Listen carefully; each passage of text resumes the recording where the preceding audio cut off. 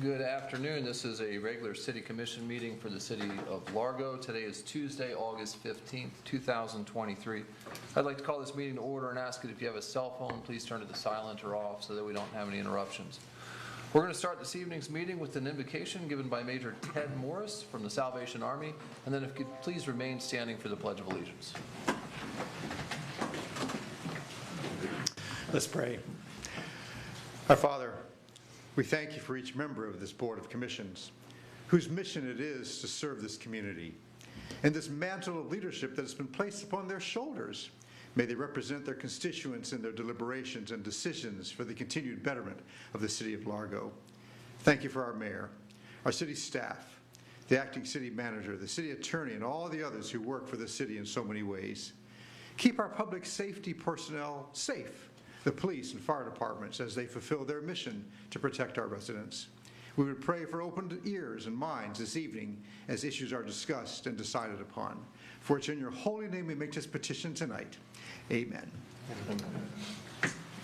I pledge allegiance to the flag of the United States of America and to the republic for which it stands, one nation, under God, indivisible, with liberty and justice for all. Thank you, Major. The first item on the agenda is a receipt of a flag from Steve Thompson.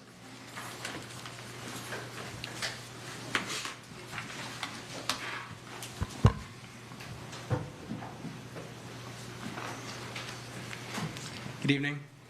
My name is Stephen Thompson, and I am an employee at Largo for the City of Largo and Environmental Services, and I flew a flag for our department.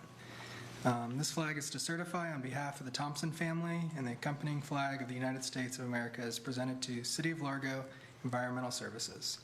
On 30th May 2022, at 17:30, this flag was proudly flown on the U.S. Coast Guard Patrol Boat 32131 for 3 hours while on anti-terrorism force protection patrol with the Naval Defense Sea Area in Guantanamo Bay, Cuba, in support of Operation Enduring Freedom, in the spirit of patriotism as a tribute to those who lost their lives during the terrorist attacks on the United States of America and those who continue to fight on the global war of terrorism.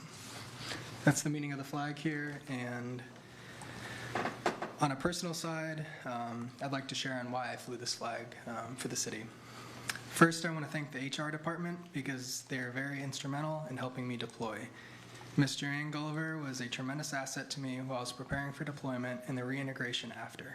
She really cares about the City of Largo and its employees, and I felt personally.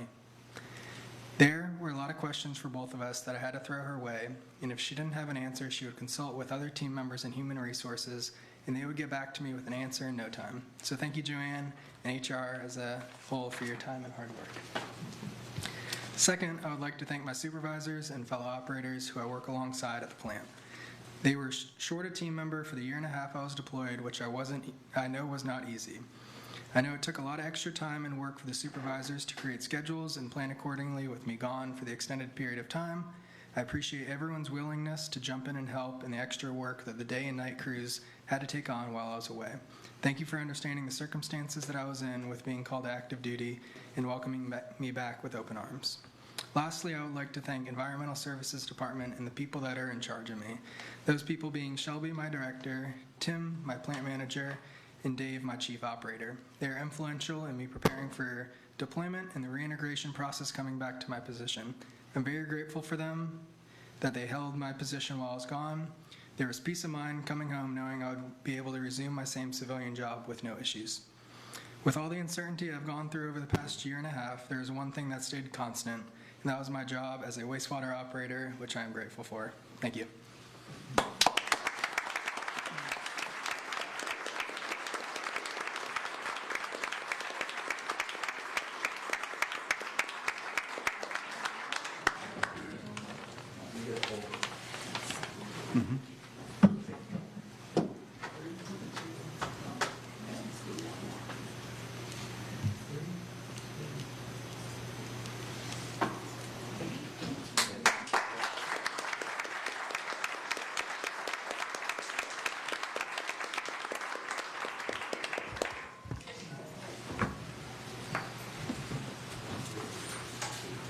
Next, we're going to recognize some team members of the quarter.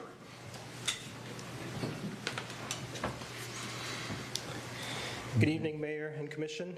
Today I'm here to present to you the team members and the team manager of the quarter. First up, we have Carrie Pettingill, Scott Frechette, Stephen LaCroix, Austin Wolfangel, and Andrew Poloski of the Fire Department. I would like to nominate members from E41 and R41 on May 22, 2023. The units responded to a significant vehicle crash involving a Tampa General Hospital transplant team. The team was responding with a heart to HCA Florida Largo Hospital to perform a transplant on a waiting patient. Unable to proceed in their own vehicle, the decision was quickly made to transport the team and the heart in R41 the rest of the way so they could execute the life-saving procedure. Some may not understand the significance of this quick decision-making and a response team's need. A heart is unlike many other organs that are routinely transplanted, and the time window is only about 4 to 6 hours from heart stop to restart. In most cases, the recipient is in the OR and frequently on bypass already. The quick thinking and teamwork likely saved a life. Congratulations.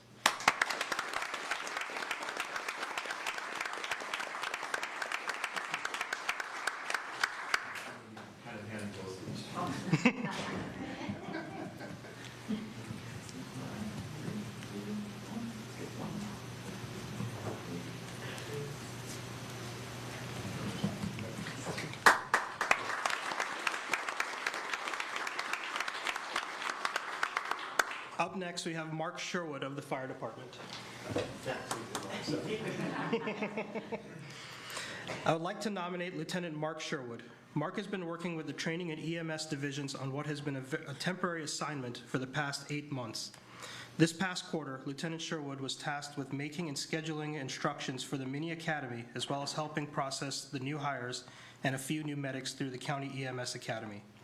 Mark has been updating all our in-house manuals as well as digitizing our records as much as possible. Without his assistance, these tasks would take time away from the daily activities Lieutenant Sherwood does, without the comfort of this position being here for him in the coming months. I feel he goes above and beyond and does so selflessly and with great assistance to myself and Chief Mike Carpenter. Congratulations.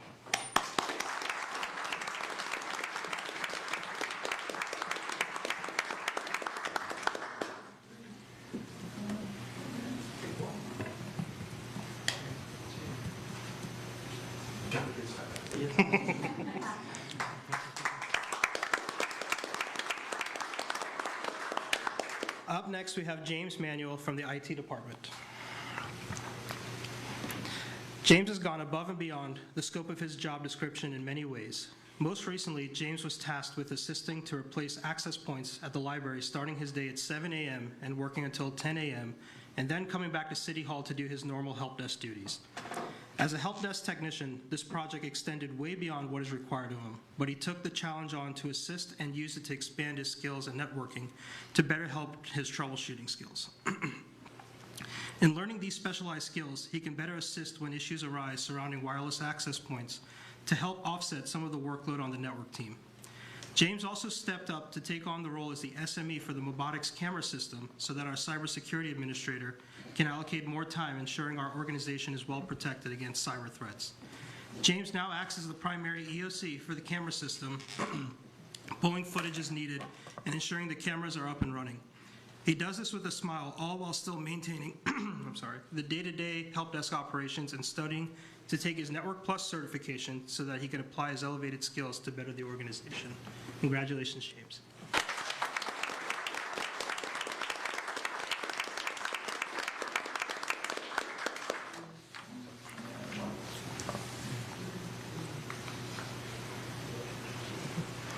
Next, we have Brooke Bailey, who's attending us remotely through Zoom.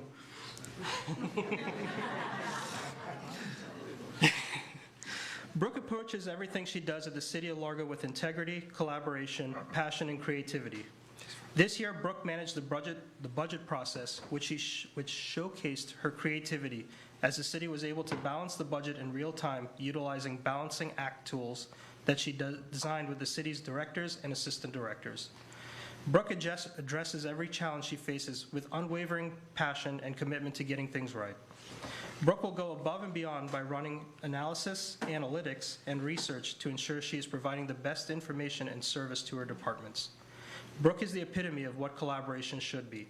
She's a natural-born teacher and mentor, and within the last 2 years has trained and coached 2 new management analysts. Brooke always acts with a strong sense of integrity, and anything and everything that she does is for the citizens of Largo, advancing the strategic goals of the city and sticking to our true values and mission as an organization. Congratulations, Brooke.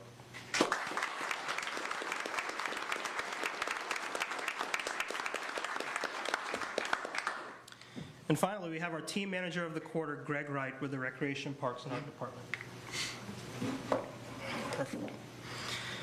Greg is tasked with beautifying landscape and medians in downtown's West Bay Drive in preparation of new development, including Horizon West. During this process, he had to collaborate with the Horizon West project team, downtown administrator, Parks Department, RPA administration, and a variety of contractors. Recently, the uplighting of the median tree canopies was completed. This job included LED lights and photocell activations for sustainability. Greg researched several design elements to recommend that would be the best option for soft lighting, sustainability, and safety for drivers. Greg designed and recommended special coatings that waterproofs the metal boxes that hold the step-down transformers that power the uplifting for the tree canopies. Greg is currently collaborating with Special Events, Downtown Administrator, and Parks on the redesign of Ulmer Park, gazebo, lighting, and electrical needs to meet future operations and events. Greg was tasked with removing brush and debris from the waterfront at White Cell Softball Complex and creating a new walking path. Once the waterfront was cleared, staff realized we have a 19-acre lake that is 40 feet deep and in pristine condition. That's pretty impressive. The public now has access to a floating kayak launch and a walking trail with a decorative split fence or split rail fence. Greg is working with the Sheriff Department's underwater search and recovery team for new scuba team members, but also for an annual vehicular water rescue. In the fall of 2023, they have received permission from the City of Largo to sink a stripped-down vehicle for training purposes. The vehicle will be removed afterwards. Congratulations, Greg.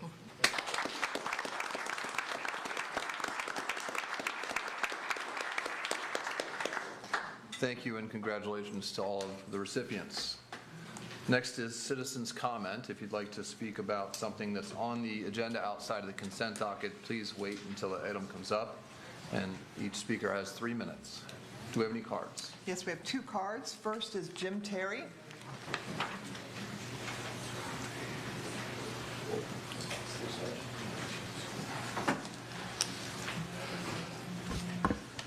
Mayor Brown, distinguished leaders of Largo, thank you for the privilege of your time.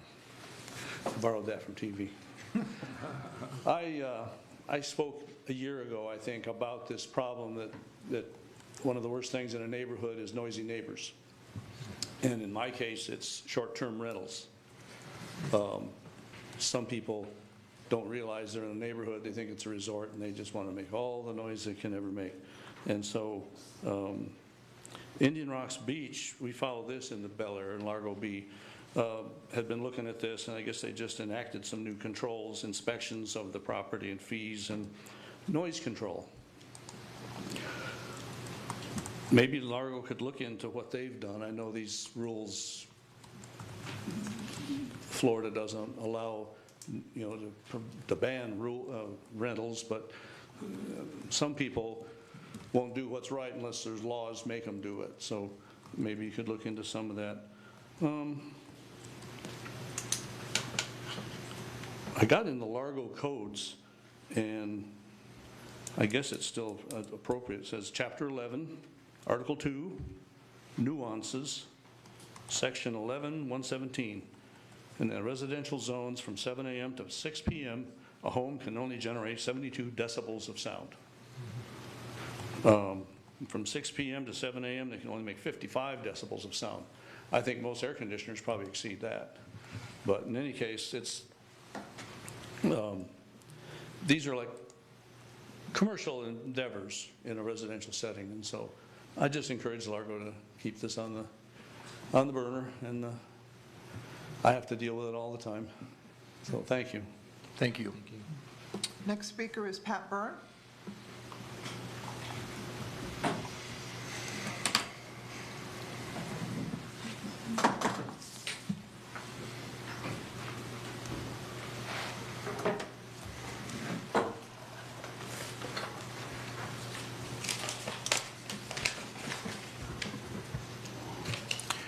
Pat Byrne, 700 Starkey Road. Over the past 10 appearances, my message has been simple and I once thought unarguable. The Largo community and its government are splendid, but presuming rather than objectively proving it represents complacency.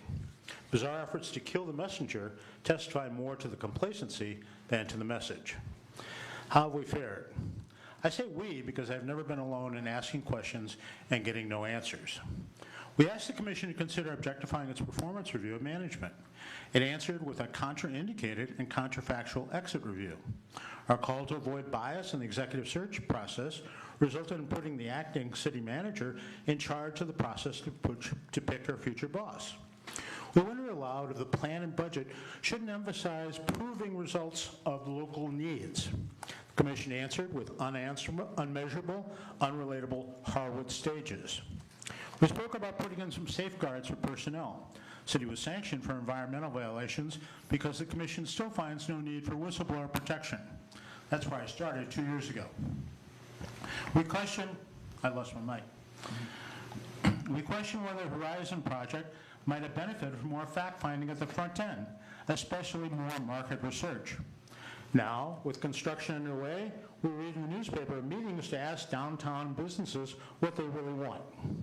Our suggestion that favorable facts and standards doomed preserved. It did not result in any review of green space standards, nor any review of the bid procedures. Our commentary on the paltry efforts to inform the electorate about the referenda obtained no signs of accountability for those charged with this task. We noted the barriers to getting input from staff and citizens, but more roadblocks arose. We discussed how desirable the new values and philosophies were, but asked for a showing of tangible outcomes from this investment. No report card has been issued. So what's our score from this series aimed at persuading the Commission to be more open to diversity of opinion, more curious about facts, and more abiding of its own rules? It's 0 for 9.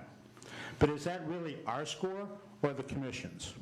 If not our suggestions, look at the minutes to see if the Commission has done any alternative reviews or reforms on any of these issues. The Commission has misperceived our questions as a threat rather than an opportunity. Our position has never been that we are right and they are wrong. Rather, it is only that it is impossible to see without looking, and that evaluation would prove rather than assume. Is it possible the Commission could experience recent events but find absolutely nothing to take a second look at, nothing to criticize, and nothing to change? Thank you. That's all the cards. Thank you. The next item is approval of the agenda. Move approval.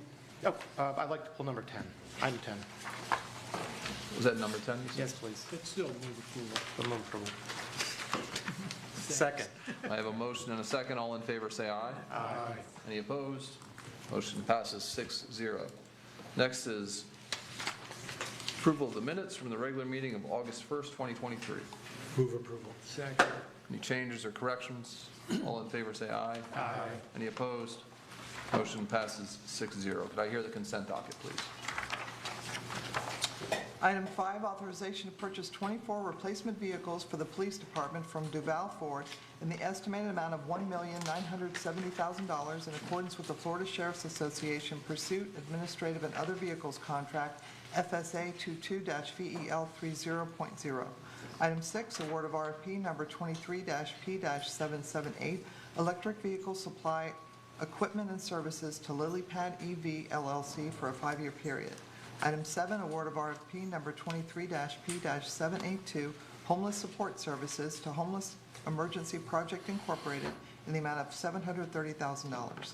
Item 8, appointments of Tara DeSalvo and Kylie Evans as members of the Community Redevelopment Agency Advisory Board. Item 9, authorization to expend additional funds in the estimated amount of $20,000 with Precision Sidewalk Safety Corp. For sidewalk repairs in various city parks. Item 11, resolution number 2368, authorizing applications through the Resilient Florida Grant Program. Item 12, resolution number 2372, authorizing an agreement between the city and the Florida Division of State Lands. Item 13, approval of change order 2 to scope and fee for the sanitary sewer lift station floodplain mitigation project with McKim and Creed in the amount of $390,900 in accordance with RFQ number 19-Q-666. Item 14, authorization for additional spending under the annual purchase agreement bid number 22-B-761, trenchless sanitary and storm sewer rehabilitation in the estimated amount of $100,000. Item 15, authorization for additional spending under the annual purchase agreement bid number 22-B-773, pavement and roadway infrastructure rehabilitation in the estimated amount of $150,000. Item 16, authorization for emergency spending for wastewater manhole repairs to Engineering Spray Solutions and Kaminga and Rudvitz Incorporated in the amount not to exceed $1,722,750.50 and an owner contingency of $148,068.25. Item 17, authorization to purchase additional surveying services from GPI Geospatial Incorporated under RFQ number 19-Q-666 in the estimated amount of $50,000. Item 18, award of RFP number 23-P-774 for the installation of roof-mounted solar structure to Advanced Green Technologies in the estimated amount of $110,672.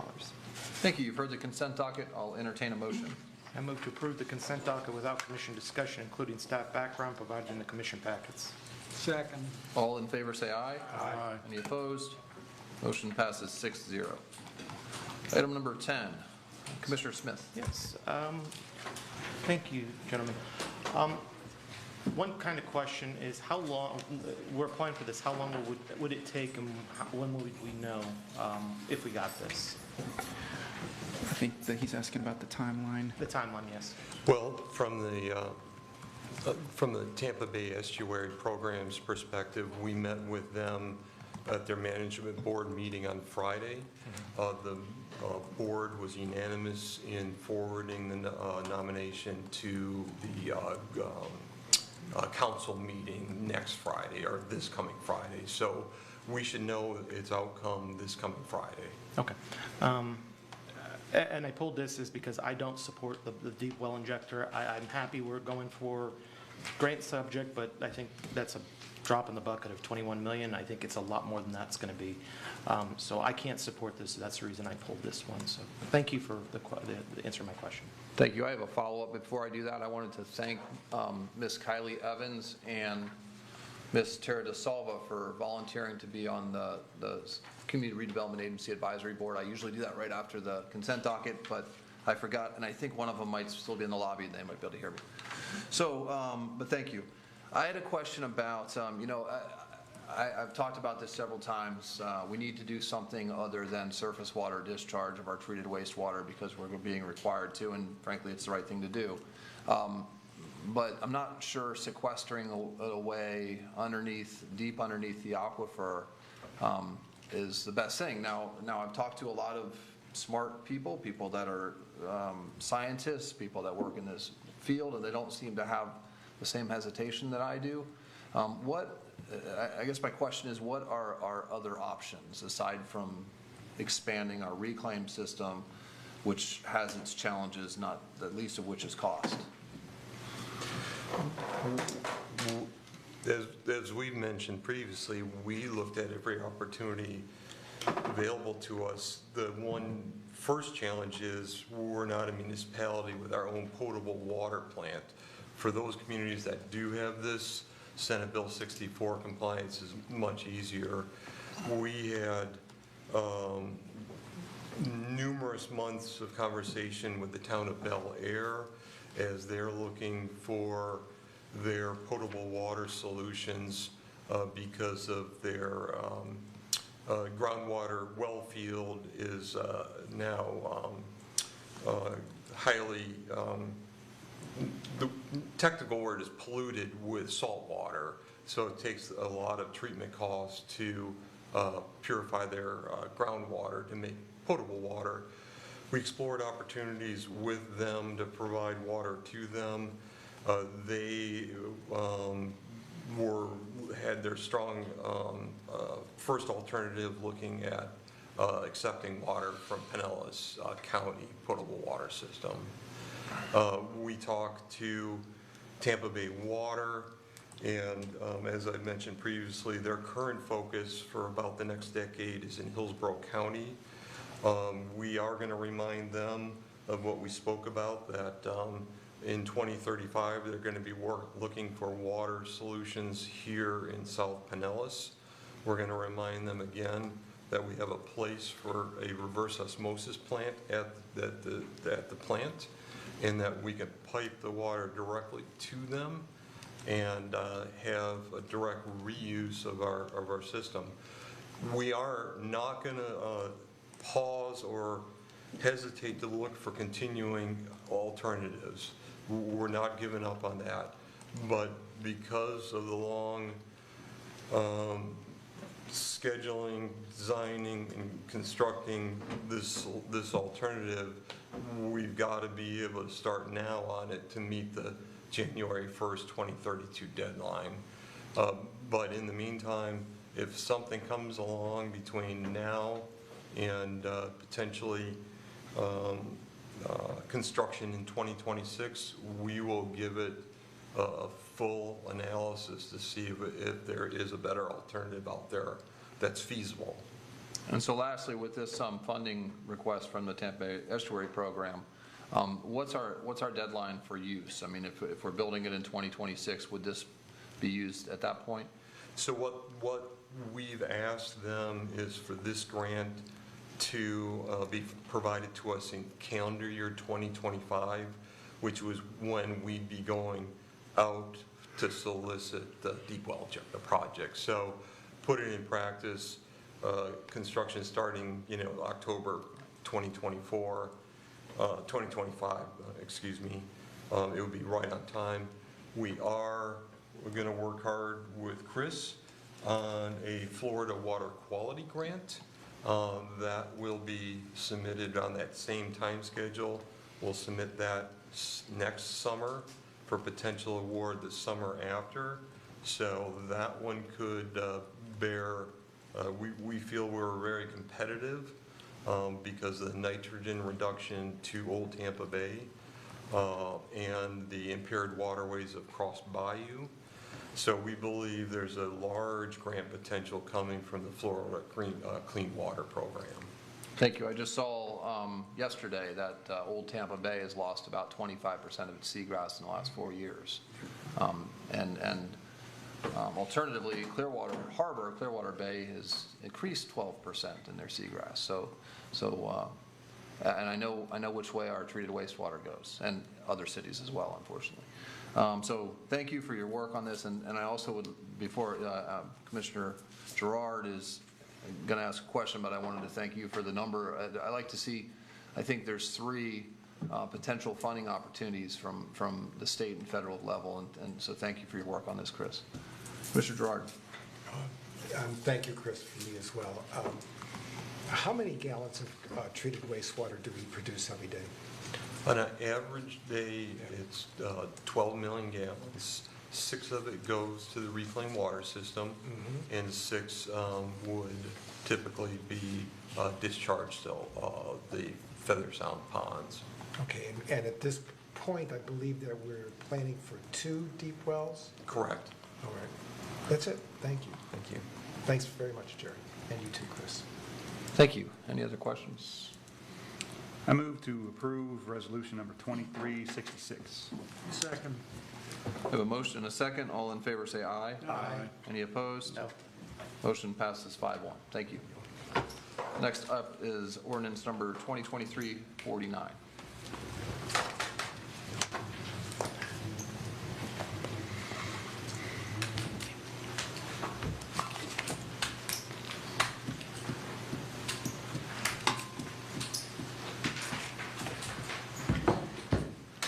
Good evening.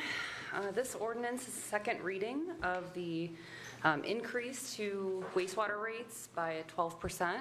This was presented to the Commission on July 25th. There have been no changes, and staff is available for any questions.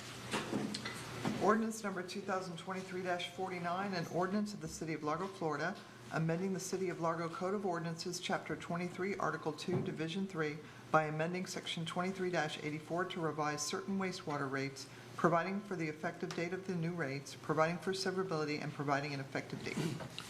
Thank you. Do we have any cards on this? I have no cards. I've got one person on Zoom. Let me just, nope, no hands up. All right, any questions from the commission?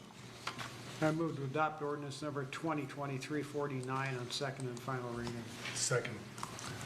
All in favor, say aye. Aye. Any opposed? Motion passes 6-0. Next is ordinance number 2023-50. So this ordinance is also the second reading of the amendment to our Code of Ordinances to increase the stormwater utility rate by 20%, which is a $2.14 per ERU charge increase. There have been no changes from the first reading, and staff is available for any questions. Ordinance number 2023-50, an ordinance of the City of Largo, Florida, amending Chapter 23, Article 3 of the City of Largo Code of Ordinances by amending Section 23-155 to increase the rate charge per ERU for calculating stormwater utility fees, providing for severability, and providing for an effective date. Thank you. Do we have any cards on this item? I have one card from Ben Rubin. Mr. Rubin?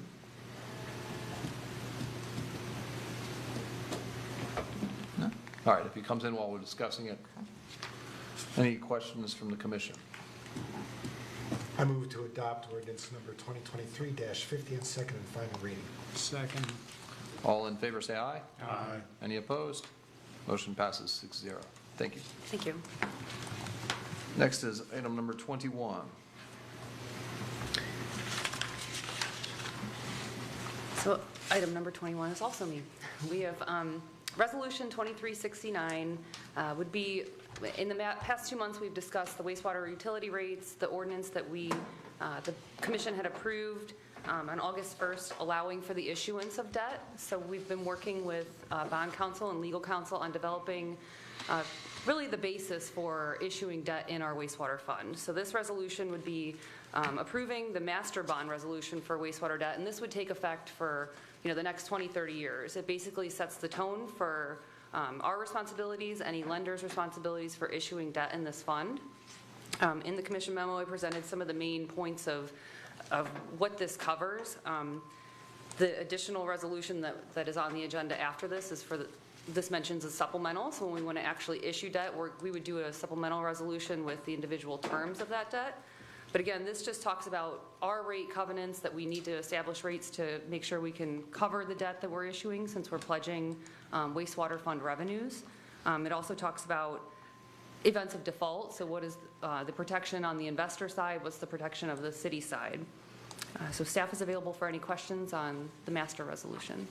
Resolution number 2369, a resolution authorizing the issuance of a not-to-exceed $9,400,000 wastewater system revenue note, Series 2023, to finance and refinance, including through reimbursement, the cost of the Series 2023 project as defined herein, and to pay costs related thereto, pledging the pledged revenues as defined herein for the payment of bonds issued hereunder, providing for the rights of the holders of such bonds, providing for the issuance of temporary bond anticipation notes, parity bonds, additional parity obligations, and subordinated debt to be incurred in the future, all as defined herein, making other covenants and agreements in connection therewith, repealing other instruments, and providing for an effective date. Thank you. Do we have any cards on this? We have no cards. Any questions? I move to approve resolution number 2369. Second. I have a motion and a second. All in favor, say aye. Aye. Any opposed? Motion passes 6-0. Next is resolution number 2370. Yes, as I mentioned, 2370 would be the additional supplemental resolution to issue specific debt. On August 1st, as I mentioned, the commission approved ordinance 2023-48 authorizing that issuance of debt. So now we would be able to issue with a resolution as opposed to two separate ordinances.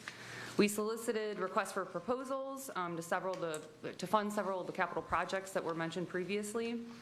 Regions Capital Advantage was the actual only proposer for the loan that we solicited. The city's evaluation committee, which consisted of myself, finance director, assistant finance director, and treasury manager, we reviewed the proposal to make sure that all the requirements of the RFP were met and that it was reasonable. This also qualified with our procurement policy. So the specific details of this debt are what's listed in the supplemental resolution, that we were looking for a tax-exempt piece of debt for $9.4 million that had a 20-year term, and Regions proposed a 4.27% interest rate. We did also get some information on what was the going rate for general obligation debt at that time to make sure that the rate was, reasonable on that, which was 3.8%. Generally, general obligation debt, which would be tax revenue, would be cheaper. We would get a lower interest rate than pledged revenue debt, which is what this is with the wastewater fund. So we did also ask for a potential early payoff without penalty, which Regions did agree to. So that's available after 2 years, that we could take a look at that with them. The closing date for this debt would be August 25th, and our first payment would be due in March 1st, 2024. And staff is available for any questions. Resolution number 2370, a resolution supplementing resolution number 2369, adopted on the date hereof by the City Commission of the City of Largo, Florida, parentheses, the issuer, providing for the issuance of not to exceed $9,400,000 wastewater system revenue note, Series 2023, parentheses, the Series 2023 note, for the purpose of financing and refinancing, including through reimbursement, the project as defined herein, subject to the satisfaction of certain conditions contained herein, delegating to the mayor to award the sale of the Series 2023 note to the lender, parentheses, as hereinafter defined, pursuant to negotiated sale and subject to the conditions and terms set forth herein, making certain covenants and agreements in connection therewith, and providing an effective date. Thank you. Do we have any cards? We have no cards. I have a question. You know well that we've borrowed money from the DEP in the past at a rate much lower than this for the wet weather project, for the treatment plant project, I believe, as well. And so is that something that's not available, or just not, why is that not an option? So generally with the SRF and the money that we're borrowing from FDEP, it's for larger projects. And since this is several smaller projects, lift stations and those infiltration projects, that's why we weren't pursuing SRF for this. Again, we're looking at that potentially in the 2026 year if we're going to pursue the deep well injection or whatever option we do at that time. But we did have to reach out, and we're working with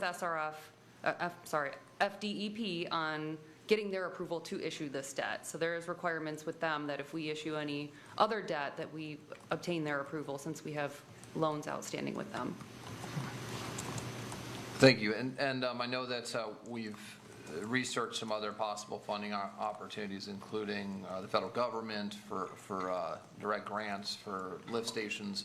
If something like that happens in the next few years, can we pay off that debt then with that after those 2 years? Is that? Yes, that would be the potential option here. So it's after 2 years, and then again, we did include in our request that there could be a potential rate reset after 15 years. We would like to have the rate guaranteed for 15 years, but then if, basically if something happens at that point, we could pay off early and have no penalty.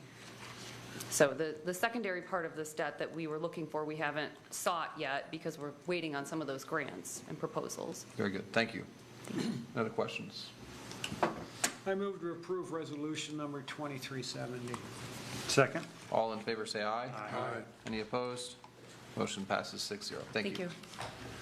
Next is ordinance number 2023-24. Oh, and through 38. 38, there you go. Skipping a couple. Good evening. The next 6 ordinances are a first reading for the annexation of 5 residential properties and 1 commercial property. The total taxable value for the group is just a little over $1.5 million, and it will add an additional 1.5 acres to the municipal boundaries. There are 2 properties with residential urban land use designation, 1 property that is designated commercial general, and the remaining properties are all residential low medium, and residential estate parcels. The incentives provided to the property owners through the annexation agreements include solid waste and recycling, and the in-city rate for recreation, parks, and arts, as well as monthly sanitary sewer. All requirements as specified in Chapter 171 of the state statutes have been met, except for the advertisements, which will be published before the public hearing specifically on August 23rd and then again on August 30th. The Pinellas County Board of County Commissioners, as well as the Pinellas County Housing and Community Development Department, have been noticed, and they have not provided any objections. All city departments have also reviewed these annexations and have indicated that services can be provided to the properties. The properties are contiguous to the city's municipal boundaries through previous annexations, and together they will help decrease the size of existing enclaves. The ordinance proposes to annex properties that are compact, as the term is defined in Chapter 171. Therefore, it's staff's opinion that all the properties may be annexed voluntarily in accordance with Chapter 171. And staff is available for questions. Ordinance number 2023-24, an ordinance of the City of Largo, Florida, annexing the within described tract of land located at 1125 15th Avenue Northwest, Pinellas County, Florida, and contiguous to the existing city limits of the City of Largo, Florida, with city land use designation of residential urban, redefining the corporate boundary of the City of Largo to include said addition according to the provisions of Chapter 171 Florida statutes, providing for severability and providing for an effective date. Thank you. Do we have any cards on any of these? No, we do not. I move to approve ordinance number 2023-24 on first reading and schedule a second reading and public hearing on September 19, 2023. Second. All in favor, say aye. Aye. Any opposed? Motion passes 6-0. Ordinance number 2023-29, an ordinance of the City of Largo, Florida, annexing the within described tract of land located at 1130 Beverly Avenue, Pinellas County, Florida, and contiguous to the existing city limits of the City of Largo, Florida, with city land use designation of residential urban, redefining the corporate boundary of the City of Largo to include said addition, according to the provisions of Chapter 171 Florida statutes, providing for severability and providing for an effective date. I move to approve ordinance number 2023-29 on first reading and schedule a second reading and public hearing on September 19th, 2023. Second. All in favor, say aye. Aye. Any opposed? Motion passes 6-0. Ordinance number 2023-31, an ordinance of the City of Largo, Florida, annexing the within described tract of land located at 1625 Leisure Drive, Pinellas County, Florida, with city land use designation of residential low, redefining the corporate boundary of the City of Largo to include said addition according to the provisions of the interlocal service boundary agreement with Pinellas County governing the voluntary annexation of non-contiguous property within Type A enclaves, providing for severability and providing for an effective date. I move to approve ordinance number 2023-31 on first reading and schedule a second reading and public hearing on September 19th, 2023. Second. All in favor, say aye. Aye. Any opposed? Motion passes 6-0.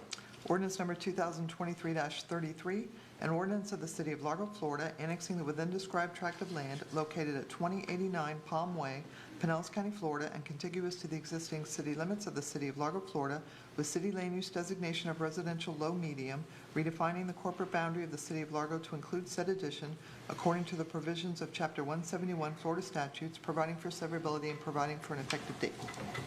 I move to approve ordinance number 2023-33 on first reading and schedule a second reading and public hearing on September 19th, 2023. Second. All in favor, say aye. Aye. Any opposed? Motion passes 6-0. Ordinance number 2023-35, an ordinance of the City of Largo, Florida, annexing the within described tract of land located at 2087 Longbow Lane, Pinellas County, Florida, with city land use designation of residential estate, redefining the corporate boundary of the City of Largo to include said addition according to the provisions of the interlocal service boundary agreement with Pinellas County governing the voluntary annexation of non-contiguous property within Type A enclaves, providing for severability and providing for an effective date. I move to approve ordinance 2023-35 on first reading and schedule a second reading and public hearing on September 19th, 2023. Second. All in favor, say aye. Aye. Any opposed? Motion passes 6-0. Ordinance number 2023-38, an ordinance of the City of Largo, Florida, annexing the within described tract of land located at 2841 Roosevelt Boulevard, Pinellas County, Florida, and contiguous to the existing city limits of the City of Largo, Florida, with city land use designation of commercial general, redefining the corporate boundary of the city of Largo to include said addition according to the provisions of Chapter 171 Florida statutes, providing for severability and providing for an effective date. I move to approve ordinance number 2023-38 on first reading, schedule second reading, and public hearing on September 19th, 2023. Second. All in favor, say aye. Aye. Any opposed? Motion passes 6-0. Thank you very much. Thank you. Let's see. Mr. Zimmett, do you have anything for us this evening? I have nothing tonight. All right, Thank you, Mayor. Thank you. Commissioner Robinson. Yeah, just real quick, the gentleman that came up and spoke about the short-term rental in his neighborhood, I know that he's been up here before, we've had some discussions about that. I just want to make sure that, code or the police department or somebody is kind of following up on that property. It seems to be an issue for him, so if we can just kind of have maybe provide an update of what we're doing and if anything, to alleviate some of those issues for him. That's all I have. Thank you. Commissioner Johnson. I just want to thank our team members of the quarter. Great job, and a special shout out to Lieutenant, to Stephen Thompson. Thank you for your service to our country. Just fantastic. Real excited. Thanks for the team that filled in for him while he was out. That's fantastic. I'm glad we could do that. So awesome. That's all. Thank you. Commissioner Smith. Relating to the short-term rental issue, I believe, to my knowledge, that our staff has been keeping very apprised of what's going on with Indian Rocks Beach and going to the meetings and sitting and trying to come up with different ideas.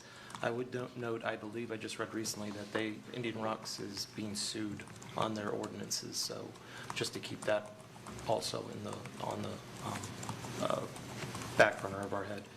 That's all I have. Thank you. Thank you.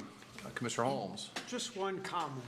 I've noticed lately that we're replacing more concrete sidewalks that are living next to big oak trees, and I don't understand why we keep doing that. Why don't we use asphalt? Asphalt is flexible, and you can, if it starts bubbling on you, you just grind the top off. But there's a tree across the street from my house that's on its 4th generation of concrete plug, and I have no idea why we keep doing that. It's just a suggestion. Asphalt is flexible, they just grind the top off, and that's that. Beats tearing them up again. That's it. Thank you. Commissioner Gerard. I just want to add my thanks to Stephen Thompson for the flag, and also to thank our staff for working so well with someone whose service to our country is being demanded. And I want to thank Mr. Thompson for his service. So that's it. Thank you. Thank you. I second that, and I'd like to also mention shortly or briefly on the short-term rentals. When the gentleman was talking, we've heard a similar story, and I think part of the challenge is that residents that are being impacted by short-term rentals in their neighborhood don't have an understanding of who they should call or what they should do. So maybe neighbors, directions might be good to put out on our social media, and we could all share it, and maybe thousands of people will see it, so they'll know whether it's, if you're calling code enforcement at 10 o'clock at night because there's a party in the pool next door, you're going to get a recording. And then when they come out the next morning, there's not going to be a party anymore. I think the appropriate agency to call would be our police department, non-emergency number, and have them come out and take a look and stop the noise and maybe start a case on that property. I'm not sure exactly that process, but knowing exactly what to do in what situation. If somebody's parked across the sidewalk, I know from experience that you call the police department, and they'll come out if they're not busy doing more important stuff and correct that behavior. Maybe a nice graphic that says, for these situations, this is what you should do, would help to get around some of that, and certainly following what Indian Rocks Beach and area municipalities are doing and what they can't do, and are finding that out the hard way, probably. I had that, as well as we do have an opening coming up on Forward Pinellas from a representative from this commission. So if you're too shy to tell me right now that you'd like to take that spot, you can let Carson know as soon as possible. Can we tell you if we don't? No, you don't, that's all right. Ms. Pollock. I have nothing, thank you. All right, any action items? I have two things. A request by Commissioner Robinson for an update on the issue raised by Mr. Terry regarding the noise from short-term rentals in his neighborhood, and a request by Mayor Brown that staff provide information on who to call for short-term rental issues, be shared on the city's social media accounts. Very good. Meeting's adjourned. Thank you.